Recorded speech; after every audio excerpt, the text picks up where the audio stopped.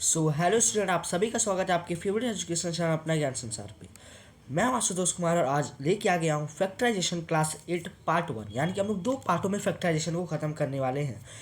Part 1 में हम लोग थ्योरी पढ़ेंगे और पार्ट 2 में मोस्ट इम्पॉर्टेंट यानी कि एक्सपेक्टेड क्वेश्चन करेंगे जो आपके एग्ज़ाम में आने के चांसेस जिसके हाई हैं। क्या है चांसेस हाई है वो वाले हम लोग क्वेश्चन करेंगे पार्ट नंबर 2 में। किस में करेंगे? पार्ट नंबर 2 में करेंगे। तो चलिए हम लोग जल्दी से इस वीडियो को स्टार्ट करते हैं और 20 से 30 मिनट के अंदर अंदर में पार्ट 1 को ख़त्म करेंगे। और आपको जैसे कि पता ही है कि हमने ब्रह्मास्त्र बैच लॉन्च किया जिसमें हम लोग एग्ज़ाम का प्रिपरेशन करवाते हैं। एग्ज़ाम के पॉइंट ऑफ व्यू से यहाँ पे पढ़ाइयाँ होती हैं। ज़्यादातर फोकस इसमें रहता है कि आपके एग्ज़ाम की जो भी क्वेश्चन है वो हमारे यहाँ से मैच करें, जिससे जो बच्चे कमज़ोर होते हैं, जिन्होंने स्टार्टिंग से प्रिपरेशन नहीं किया है, वो अगर अभी से भी मेहनत करते हैं, पढ़ाई करते हैं, तो उनका नॉलेज के साथ साथ एग्ज़ाम में भी बढ़िया नंबर आता है। तो चलिए स्टार्ट करते हैं बिना किसी देर के। चैनल पर अगर आप नए हैं तो सब्सक्राइब कर दें, क्योंकि क्लास 6 to 10 आपको सारे इंपॉर्टेंट वीडियो इसी चैनल पे मिलते हैं अपना ज्ञान संसार पे। तो चलिए स्टार्ट करते हैं। सबसे पहले आपको पता ही है कि इसमें हम पढ़ने वाले हैं फैक्टराइजेशन, यानी कि one of the most important chapter है, क्योंकि आपको पता ही है कि इसको क्लास 9th में भी पढ़ना है और क्लास 10th में भी पढ़ना है। यानी कि दो क्लासेस में आपको इसमें पढ़ना है। और आपको तो सबसे इंपॉर्टेंट बता दूँ, क्लास 8 में तो आपको पढ़ना ही पढ़ना है। यानी अगर आप 8 क्लास में फैक्टराइजेशन में आपको ऐसा पढ़ा दूंगा कि 10th तक के सारे क्वेश्चन आपसे हो जाएंगे। तो चलिए स्टार्ट करते हैं बिना किसी देर के।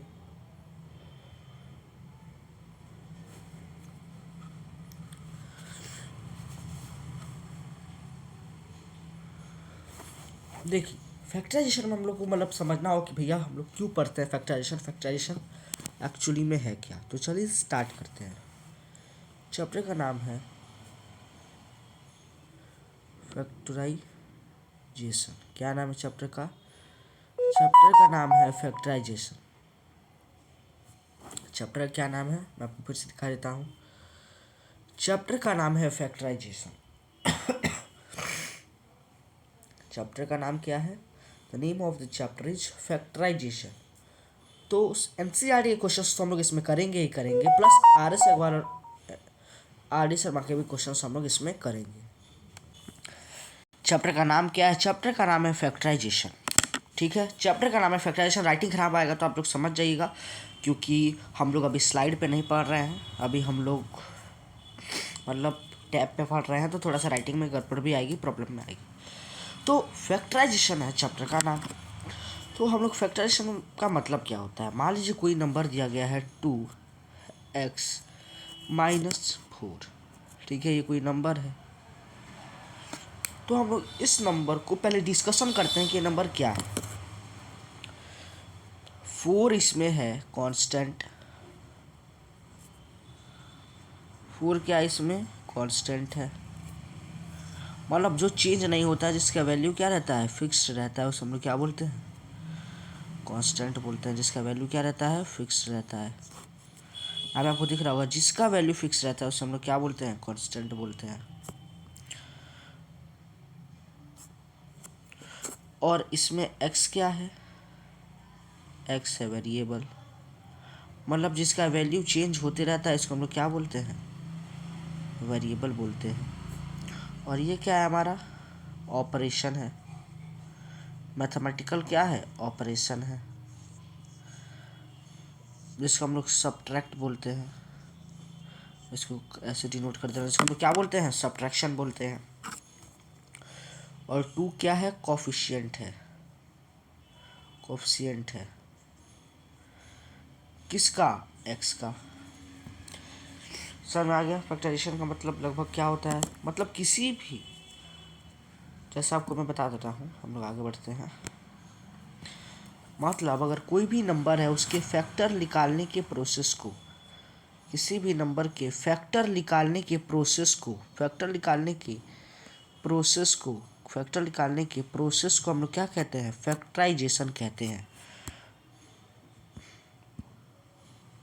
क्या कहते हैं हम लोग? फैक्टराइजेशन कहते हैं। कोई भी नंबर दिया हुआ है, अगर हम लोग उसका फैक्टर निकालें तो किस मेथड से निकालेंगे? फैक्टराइजेशन के मेथड से हम लोग किसी भी नंबर का फैक्टर निकालते हैं। तो सर फैक्टर क्या होता है? जैसे मान लीजिए कोई नंबर है 2x, इसका फैक्टर अगर हम लोग निकालेंगे तो इसका फैक्टर कितने निकलेगा, इसका फैक्टर निकलेगा 2, एक निकलेगा 2 और एक निकलेगा x। मान लीजिए कोई नंबर है 6x स्क्वायर, तो इसका अगर हम लोग फैक्टर निकालेंगे तो एक निकलेगा 6, एक और निकलेगा x और एक और निकलेगा x। मतलब इसमें 2x आपको देखने को मिलते हैं। x into X is equal to X square, मतलब x को x से मल्टीप्लाई करेंगे तो एक्स स्क्वायर हुआ। क्यों? क्योंकि अगर हम लोग किसी भी नंबर को उससे मल्टीप्लाई करते हैं तो उसके ऊपर 2 का पावर आ जाता है। क्या आता है? 2 का पावर आ जाता है। क्या आता है? 2 का पावर आ जाता है। उसी तरह अगर हम वेरिएबल को वेरिएबल से मल्टीप्लाई करें या एरिया को एरिया से मल्टीप्लाई करें या मीटर को किसी भी चीज़ को अगर उससे मल्टीप्लाई करते हैं तो उसके ऊपर पावर 2 आ जाता है। उसके ऊपर क्या आता है? उसके ऊपर पावर 2 आ जाता है। और अगर हम लोग एग्जाम्पल का बात करें, तो हमारा है 7xy स्क्वायर जेड। तो इसका अगर हम लोग फैक्टर निकालेंगे, निकालने की कोशिश करेंगे तो क्या निकलेगा?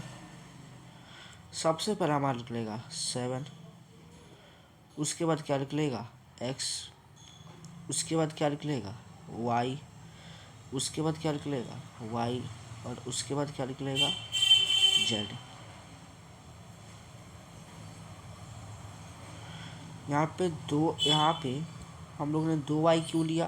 क्योंकि यहाँ y स्क्वायर है, मतलब कि y multiply by y।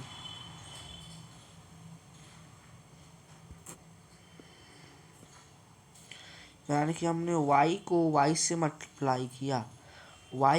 Multiply किया, इसी के लिए हम लोग ने यहाँ पे y लिया है।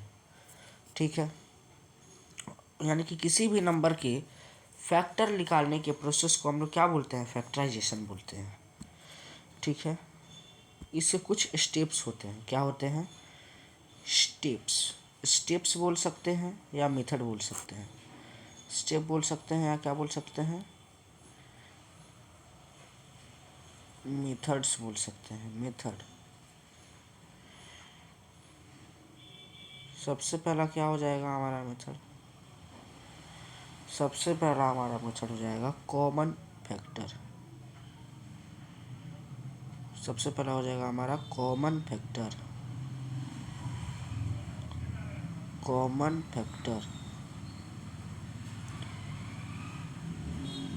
दूसरा ग्रुपिंग,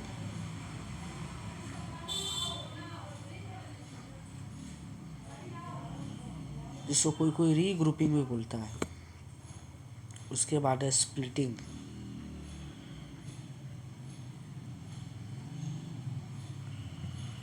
और आखिरी है आप लोग का आखिरी मेथड है जिसका नाम है using identity. Using identity.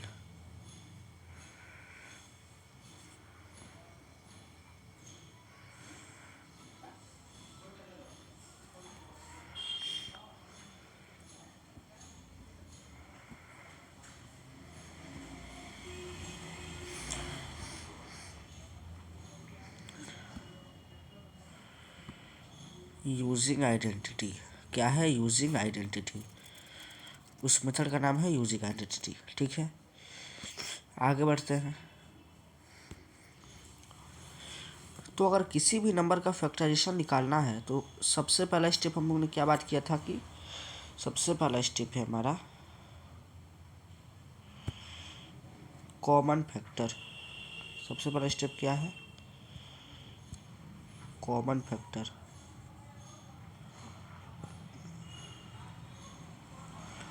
Common factor बोल सकते हैं या सिंपल मेथड ऑफ फैक्टराइजेशन भी बोल सकते हैं। क्या बोल सकते हैं? Simple method of factorisation. क्या बोल सकते हैं इसको? Simple method.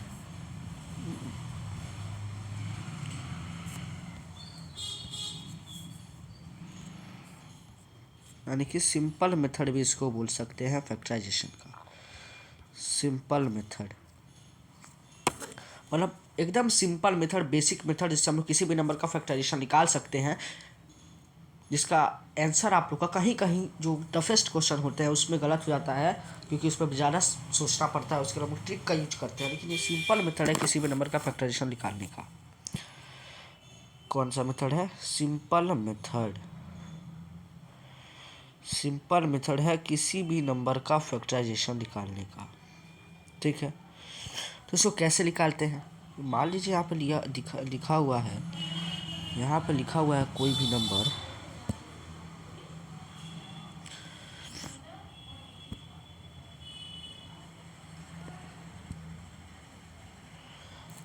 To X square plus 4x² z। ठीक है, ये नंबर यहाँ लिखा हुआ है कि 2x² प्लस 4x² z। ये कोई भी नंबर है आपका यहाँ पे लिखा हुआ है। तो इसका अगर हम लोग को फैक्टराइजेशन निकालना है, यानी कि हम लोग को इसको फैक्टराइज करना है, यानी कि इसकी हम लोग को फैक्टर को निकालना है, तो हम लोग कैसे निकालेंगे? अगर हम लोग को इसके फैक्टर को निकालना है तो सबसे पहला काम कि हम लोग देखें कि इस सभी में कॉमन क्या है। तो इसमें भी 2 है, इसमें भी 2 है, इसमें भी x है, इसमें भी x है, इसमें z है लेकिन इसमें नहीं है, यानी कि z कॉमन नहीं होगा। इसमें भी x² है, इसमें भी x², तो कॉमन क्या होगा? 2x²। ये क्या हो जाएगा? हमारा कॉमन हो जाएगा, ये हमारा कॉमन हो जाएगा। हम लोग ने क्लास 6-7 में भी कॉमन फैक्टर नाम का एक चैप्टर पढ़ा होगा। कॉमन फैक्टर मल्टीपल हम लोग ने सीखा होगा, तो उसमें हम लोग ने बहुत सारे क्वेश्चंस इसके सॉल्व किए थे। अभी हम लोग बस रिवीजन कर रहे हैं, जिससे जो बच्चे क्लास 6-7 में नहीं पढ़ते हैं, आप भूल जाते हैं, तो वो हम लोग अभी बस रिवीजन कर रहे हैं, जिससे हम लोग को याद आ जाए कि हम लोग ने क्या पढ़ा था प्रीवियस क्लासेस में। तो कॉमन फैक्टर का मेथड आपको समझ में आ गया। आइए और देखते हैं। मान लीजिए यहाँ दिया हुआ है 4y² z plus 9y² p। ये कुछ इस प्रकार का नंबर दिया गया है। तो हम लोग को देखना है कि क्या कॉमन है। जो भी कॉमन हो लिख देंगे, अगर कुछ कॉमन ना हो तब हम लोग उसका आंसर क्या लिखेंगे वो आपको बाद में बताऊंगा। लेकिन अगर कुछ भी कॉमन हो, वेरिएबल, कांस्टेंट, कोफिशिएंट, कुछ भी कॉमन हो वो हम लोग यहाँ पे लिख देते हैं। तो क्या लिखेंगे? इसमें 4 है, इसमें 4 नहीं, यानी कि 4 और नहीं होगा। इसमें y² है, इसमें भी y² है, यानी कि y² क्या हो जाएगा? कॉमन हो जाएगा। इसमें z है, इसमें z नहीं, यानी कि कॉमन क्या हो जाएगा? हमारा टोटल y² हो जाएगा कॉमन। y² क्या हो जाएगा? कॉमन। समझ में आया? वेरिएबल कॉमन है, इसमें क्या है? सिर्फ और सिर्फ इसमें वेरिएबल कॉमन है। तो हम लोग को पता चल रहा है कि कॉमन क्या है। कॉमन क्या है? वेरिएबल। बात खत्म। कॉमन क्या है? वेरिएबल। ठीक है, अब हम लोग को नेक्स्ट मतलब आगे बढ़ना है। तो मैं आशा करता हूँ कि आप लोग को कॉमन फैक्टर जो है चैप्टर आपको अच्छे से क्लियर होगा। अगर आपको कॉमन फैक्टर यानी कि कॉमन किसी भी नंबर का कॉमन निकालना भी फैक्टराइजेशन कहलाता है। किसी भी नंबर का कॉमन निकालना क्या कहलाता है? फैक्टराइजेशन। तो मैं आशा करता हूँ कि आप लोग को स्टेप नंबर 1 यानी कि method number of finding factor of A number आपको क्लियर होगा। अब हम लोग आगे बढ़ते हैं और हम लोग जानते हैं कि रीग्रुपिंग क्या होता है, यानी कि ग्रुपिंग। कोई कोई इसको क्या बोलता है? रीग्रुपिंग भी बोलता है।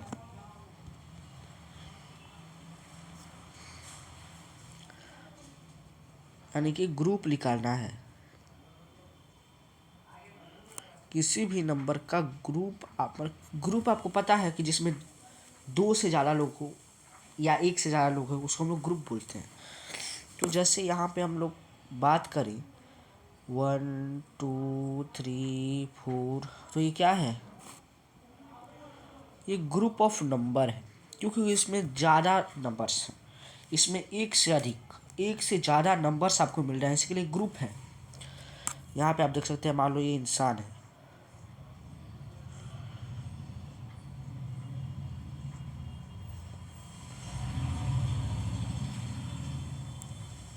तो ये क्या हो जाएगा? ये ग्रुप ऑफ पीपल हो जाएगा, यानी कि इसमें ज़्यादा लोग हैं, एक से ज़्यादा लोग हैं, ग्रुप हो जाएगा। यानी कि जिसमें एक से ज़्यादा उस समय ग्रुप बोलते हैं। तो यानी कि अगर एक दो से ज़्यादा चीज़ों को हम लोग क्या बोलते हैं, ग्रुपिंग बोलते हैं। यानी कि अगर यहाँ पे दिया हुआ है कोई नंबर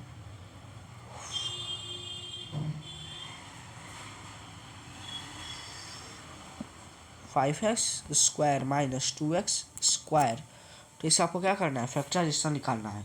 तो आप इसको कॉमन मेथड से निकाल देंगे।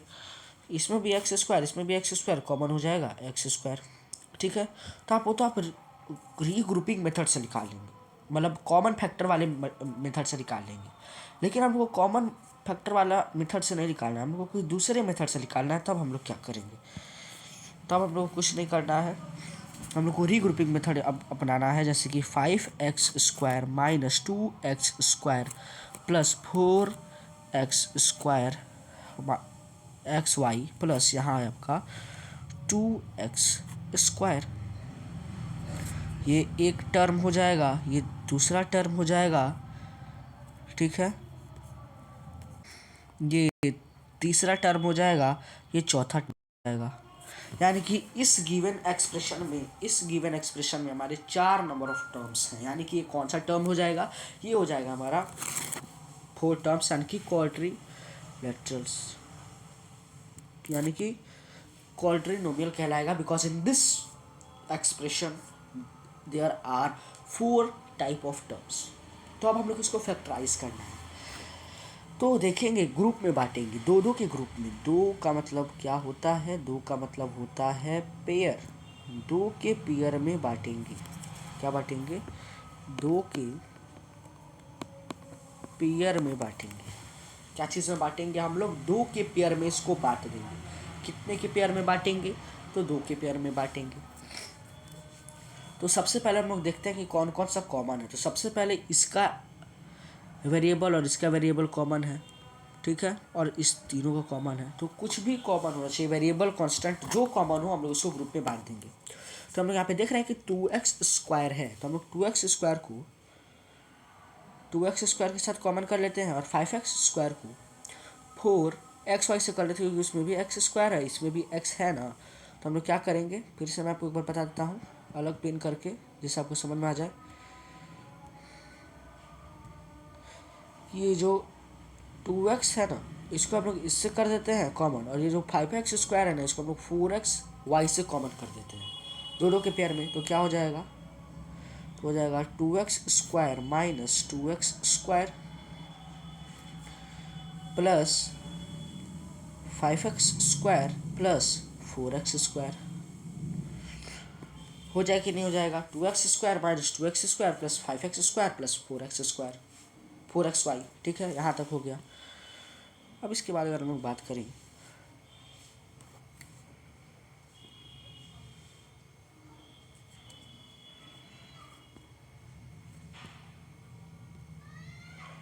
इसके बाद अगर हम लोग बात करें तो हम लोग क्या करेंगे, अब इसको हम लोग जैसे ही हमारा मेथड ये हो जाएगा, उसके बाद हम लोग इसको कॉमन फैक्टर निकालेंगे दो दो नंबर का। यानी कि पहले हम लोग इसका कॉमन फैक्टर निकालेंगे, फिर उसके बाद हम लोग इसका कॉमन फैक्टर निकालेंगे। क्लियर, दो दो नंबर को करके अगर 4 पेयर में हम लोग ने बांट दिया, तो पहले 2 पेयर का कॉमन फैक्टर निकालेंगे, फिर 2 पेयर का कॉमन फैक्टर निकालेंगे। दोनों में कॉमन क्या है, 2x², दोनों में कॉमन है, तो आंसर हो जाएगा 1 - 1। और इसमें क्या कॉमन है,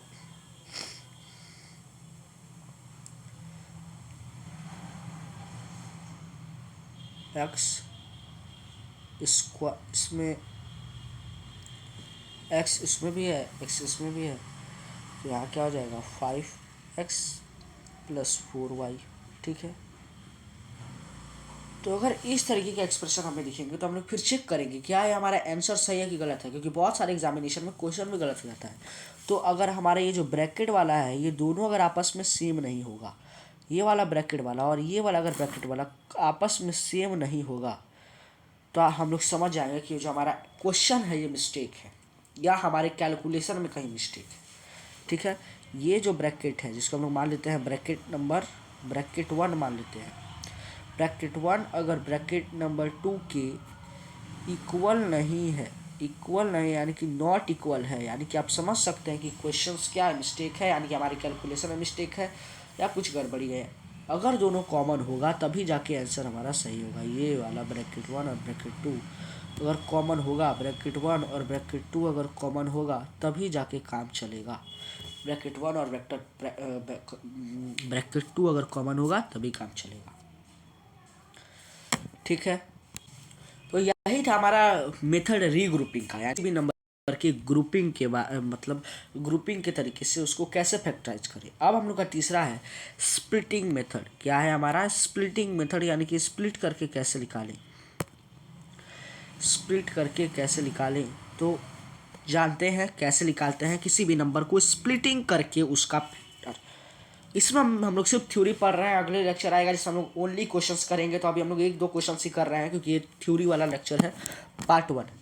तो स्प्लिटिंग को समझने के लिए सबसे पहले मैं एक बॉक्स बनाता हूँ। इसी बॉक्स में हम लोग डिस्कशन करेंगे। पेन का साइज करते हैं स्मॉल। ठीक है, अब देखिएगा आप जरा, स्प्लिटिंग का मतलब होता है कि एक टर्म को 2 टर्म में बांट देना। ये मान लीजिए टर्म ए बी, अरे हाँ, ये टर्म कोई ए है, इसको 2 पार्ट में बांट देना है, पार्ट 1 और पार्ट 2। इस प्रोसेस को कहते हैं स्प्लिटिंग। नाम ही से पता चल रहा है स्प्लिट कर देना। ये एक चीज़ है, ठीक है। ये कोई एक मान लीजिए लाइन है, इसको हम लोग ने क्या किया, इसको हम लोग ने 2 पार्टों में बांट दिया बीच से। तो हम लोग ने क्या किया, इसको स्प्लिट कर दिया। हम लोग ने इस लाइन को क्या कर दिया, स्प्लिट कर दिया। स्प्लिट करना यानी कि 2 भागों में बांट देना, यानी कि कट करना या डिवाइड करना। ठीक है, तो अब हम लोग सीखते हैं कि कैसे करते हैं स्प्लिटिंग का मेथड। तो जैसे मान लीजिए यहाँ पे कोई नंबर दिया गया है 2 नहीं 4x²। इसको 2 पार्टों में आपको बांटना है। मैं बस सिखा रहा हूँ, वैसे बस आपको समझाना है। वैसे हम लोग अगर आगे बढ़ेंगे तो टॉपिक जो चीज़ें हैं वो अलग हो जाए। तो आप इसको 2 पार्टों में बांटो, पार्ट 1 में और पार्ट 2 में। तो आप लोग कैसे बांटोगे इसको, अगर मैं बोला कि आपको इसको 2 पार्ट में बांटना है, मैं इसको थोड़ा बैकग्राउंड चेंज कर देता हूँ जिससे आपको अच्छा लगे। हाँ, इसको 2 पार्टों में आपको बांटना है, पार्ट 1 में और पार्ट 2 में। तो आप इसको क्या करोगे, कैसे आप बांटोगे। आपको 2 पार्टों में इसको बांटना है, पार्ट 1 एंड पार्ट 2। तो कैसे आप बांटोगे, आप बोलो कि सर एक 2x आ जाएगा और एक और 2x आ जाएगा, तो सर ये हमारे 2 पार्टों में बट जाएगा। ठीक है, तो ये एक हद तक सही है। लेकिन हम लोग स्प्लिटिंग वाले मेथड में ऐसा मतलब डिवाइड करते हैं, ऐसा स्प्लिट करते हैं कि उसके सम जो है, उसका जो सम हो वो इसके इक्वल है। सम, उसका सम जो है इसके इक्वल है। आप तो यहाँ पे इसका प्रोडक्ट ना इसके इक्वल आ रहा है, इसको जब मल्टीप्लाई करेंगे तब ना ये आएगा। तो एक जगह ठीक है, लेकिन जो हमारा फैक्टराइजेशन का स्प्लिटिंग वाला मेथड है उसमें ये गलत हो जाएगा। उसका जो प्रोडक्ट है, उसका जो मल्टीप्लाई करने के बाद जो आंसर आ रहा है, उसका जो प्रोडक्ट आ रहा है, उसका जो मल्टीप्लिकेशन वाला हमारा आंसर आ रहा है, वो तो दूसरा जगह मैच करना है। मैटर ये करता है कि हमारा जो इसका सम होगा वो उसके इक्वल आएगा। तो अगर हम लोग इसको फैक्टराइजेशन मेथड से, मतलब मेथड नंबर 2 को हम लोग मान लेते हैं, फैक्टराइजेशन मेथड से अगर हम लोग इसको सॉल्व करना होगा तो इसका आंसर किस तरीके से होगा, तो आइए डिस्कशन करते हैं। मान लीजिए मैंने क्या बोला था, 4x²। क्या मैंने बोला था कि 4x², ये क्या है, एक टर्म है। इसको 2 भागों में बांटना है जिसका सम किसके इक्वल हो, जिसका सम इसके इक्वल हो। तो पार्ट 1 मान लेते हैं और पार्ट 2 मान लेते हैं।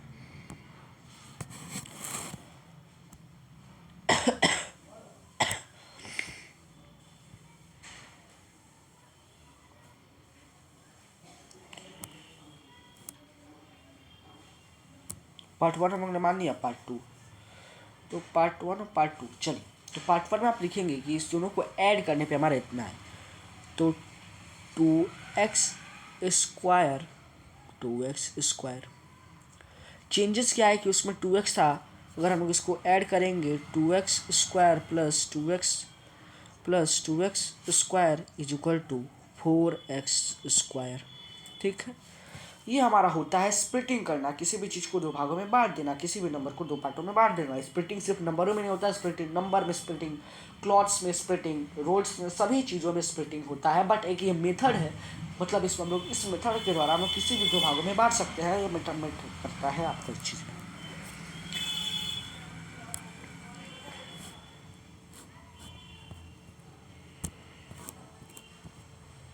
चलिए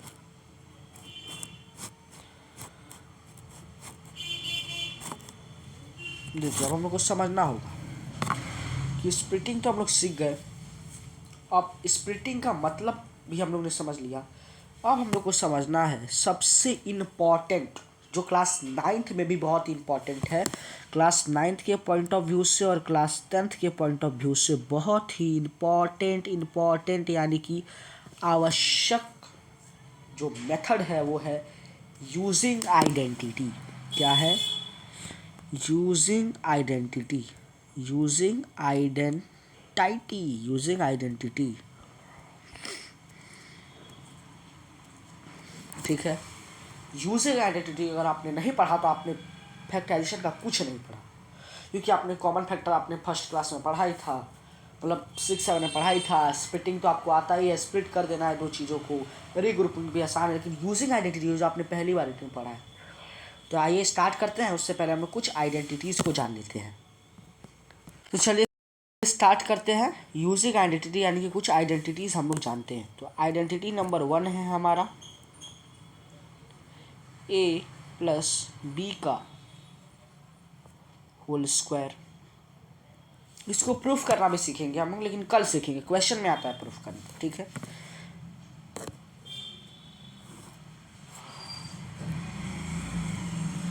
ये होता है ए स्क्वायर प्लस 2ab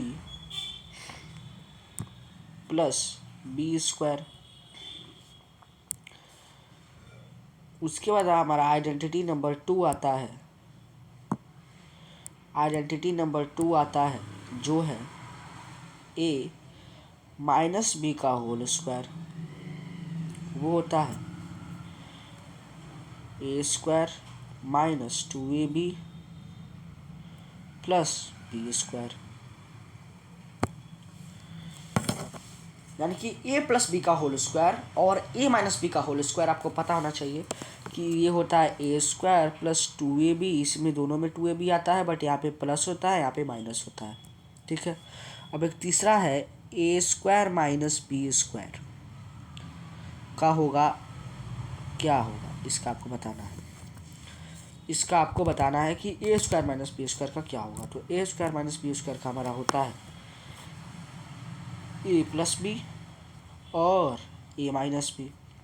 तो आइए इसको प्रूफ करना भी सीख लेते हैं, क्योंकि ये थोड़ा ज़रूरी है प्रूफ करना। इसको सीख लेते हैं हम लोग, हाउ टू प्रूफ।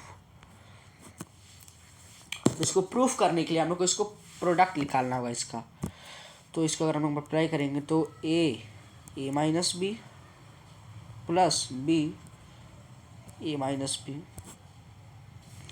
तो a square minus a b plus a b, b a है तो हम लोग उसको सीक्वेंस में लिखेंगे। उसके बाद हमारा क्या होगा, क्वेश्चन मैं एक बार आपको बता देता हूँ। ए है तो ए स्क्वायर हो जाएगा, माइनस भी है, ठीक है, तो क्या हो जाएगा माइनस ए बी, और ये प्लस ए बी और माइनस बी स्क्वायर। यहाँ ए बी प्लस के साइन में है, यहाँ ए बी माइनस के साइन में है, तो ए बी से भी कट जाएगा, आंसर होगा a square minus b square minus b square. ठीक है, ये मैं आपको बताता हूँ कि बहुत सारे स्कूल में 1 से 2 नंबर में, यानी कि 1 नंबर में नहीं, 2 से 2.5 नंबर में या 3 नंबर में आपके एग्जाम में यह आ जाता है कि प्रूफ डैट ए माइनस मतलब a square minus b square equal to a plus b और ए माइनस बी। तो ये आपको आना चाहिए, 2 से 2.5 नंबर में आता है, उससे ज़्यादा नंबर में नहीं आता है। और आपको पता ही है कि ए प्लस बी का होल स्क्वायर क्या होता है। बस यही 3 आइडेंटिटीज़ जो है यूज़ आएंगे, उससे ज़्यादा आइडेंटिटी यूज़ नहीं आएगा। बट अगर आपके एग्जामिनेशन में उससे ज़्यादा कुछ आइडेंटिटीज़ आता है तो आपको पढ़ लेना। लेकिन एनसीईआरटी के हिसाब से और सीबीएसई ने सीबीएसई बताता है कि किस क्लास में कौन कौन सा टॉपिक पढ़ना है, तो उसमें मात्र यही दिया हुआ है फैक्टराइजेशन का। इससे ज़्यादा आपको कोई स्टेप नहीं मिलेगा। आप आरएस वाला उठा लो, एनसीईआरटी उठा लो, आर शर्मा उठा लो। अगर आपके स्कूल में कोई हाई लेवल बुक चलता है तो आप कमेंट करना, मैं उसके लिए दूसरा वीडियो बना के ला दूंगा। क्योंकि इससे पहले भी मैंने एक फैक्टराइजेशन का वीडियो बनाया हुआ है, आप जाके देख सकते हो, जिसमें हम लोग ने वन शॉट में यानी कि इससे पहले भी मैंने अपना एक बनाया है फैक्टराइजेशन का वीडियो, यानी कि वन शॉट में हम लोग ने पूरे के पूरे चैप्टर को डिस्कशन किया है। वन शॉट वीडियो में पूरे के पूरे चैप्टर को हम लोग ने डिस्कशन किया है। लेकिन उसके बाद बच्चे ने बोला कि सर इसका एक पार्ट 1 बनाइए, पार्ट 2 बनाइए, क्वेश्चंस की कमी हो जाती है, तो इसी के लिए मैंने 2 वीडियो बनाया, एक पार्ट 1 एक पार्ट 2। पार्ट 1 में हम लोग सिर्फ थ्योरी पढ़ लेंगे और पार्ट 2 में ओनली क्वेश्चंस करेंगे, जिससे हम लोग पूरे प्रैक्टिस हो जाएंगे और फैक्टराइजेशन एग्जाम में एक भी क्वेश्चन नहीं छूटेंगे। ठीक है, आइए अब आगे बढ़ते हैं और फैक्टराइजेशन के बारे में और कुछ डिस्कशन करते हैं अगर हम लोग को ज़रूरी है तो। फैक्टराइजेशन में यूजिंग आइडेंटिटी के साथ साथ एक चीज़ और आता है, डिवाइड करना। फैक्टराइजेशन को हम लोग डिवाइड कैसे कर सकते हैं, फैक्टराइजेशन को हम लोग डिवाइड कैसे कर सकते हैं, मतलब अलजेब्रिक एक्सप्रेशन को। क्यों? क्योंकि हम लोग क्लास 7 में हम लोग सीखा अलजेब्रिक एक्सप्रेशन को, माइनस, एडिशन और सब्ट्रैक्शन। क्लास 8 में हम लोग अलजेब्रिक एक्सप्रेशन एंड आइडेंटिटीज़ नामक चैप्टर में हम लोग ने उसको मल्टीप्लाई करना सीखा और थोड़ा बहुत एडिशन सब्ट्रैक्शन का लेवल बढ़ा के सीखा। लेकिन आज तक हम लोग ने अलजेब्रिक एक्सप्रेशन हम लोग क्लास 6 से ही पढ़ रहे हैं। अलजेब्रा पढ़ा, अलजेब्रिक एक्सप्रेशन पढ़ा, अलजेब्रिक एक्सप्रेशन एंड आइडेंटिटीज़ पढ़ा, लेकिन आज तक हम लोग ने डिवाइड नहीं सीखा। तो आपको पता होना चाहिए कि अगर हम लोग को डिवाइड करना है ना अलजेब्रिक एक्सप्रेशन को, उसके लिए हम लोग को फैक्टर निकालना आना चाहिए, फैक्टर निकालना आना चाहिए, फैक्टर निकालना आना चाहिए। अगर हमको फैक्टर निकालने आएगा ना, तभी हम लोग किसी भी अलजेब्रिक एक्सप्रेशन को क्या कर सकते हैं, डिवाइड कर सकते हैं। इसी के लिए एनसीईआरटी ने फैक्टराइजेशन चैप्टर के लास्ट में एक्सरसाइज में आप लोगों को how to divide an algebraic expression सिखाया है, कि किसी भी अलजेब्रिक एक्सप्रेशन को कैसे डिवाइड करते हैं, किसी भी अलजेब्रिक एक्सप्रेशन को कैसे डिवाइड करते हैं। तो आइए हम लोग उसके बारे में थोड़ा सा डिस्कशन कर लेते हैं। अलजेब्रिक एक्सप्रेशन को डिवाइड करना है तो सबसे पहले आपको याद रखना है, अगर ऊपर है 4x² और नीचे है 2x, तो आप क्या करेंगे, सबसे पहले वेरिएबल का प्रोसेस करेंगे। वेरिएबल क्या है इसमें, x क्या है, आंसर क्या है आपका 4x/2। तो यहाँ पे 1 आ जाएगा, यहाँ पे 2 आ जाएगा, आंसर क्या हो जाएगा 2x। बहुत सारे ऐसे डिवाइड होते हैं जिसको हम लोग सिंपली भी डिवाइड कर सकते हैं, लेकिन बहुत सारे ऐसे एक्सप्रेशन जिसको हम लोग सिंपली डिवाइड नहीं कर सकते हैं, बहुत सारे ऐसे एक्सप्रेशन जिसको हम लोग सिंपली डिवाइड नहीं कर सकते हैं दोस्तों, उसके लिए हमको कौन सा प्रोसेस करना पड़ता है, उसके लिए हम लोग करते हैं ऐसे 5x² माइनस 25x² है, तो इसको हम लोग फैक्टर निकालेंगे। 5x², अंदर क्या हो जाएगा 1 माइनस 5x, तो 5x नहीं आएगा 5, तो अपॉन में क्या आ जाएगा, अपॉन में आ जाएगा हमारा, अपॉन में हम लोग लेते हैं 1 - 5। ठीक है, तो 1 - 5 से 1 - 5 गया, तो आंसर क्या आ जाएगा हमारा, आंसर इज, हमारे इस क्वेश्चन का आंसर हो जाएगा 5x²।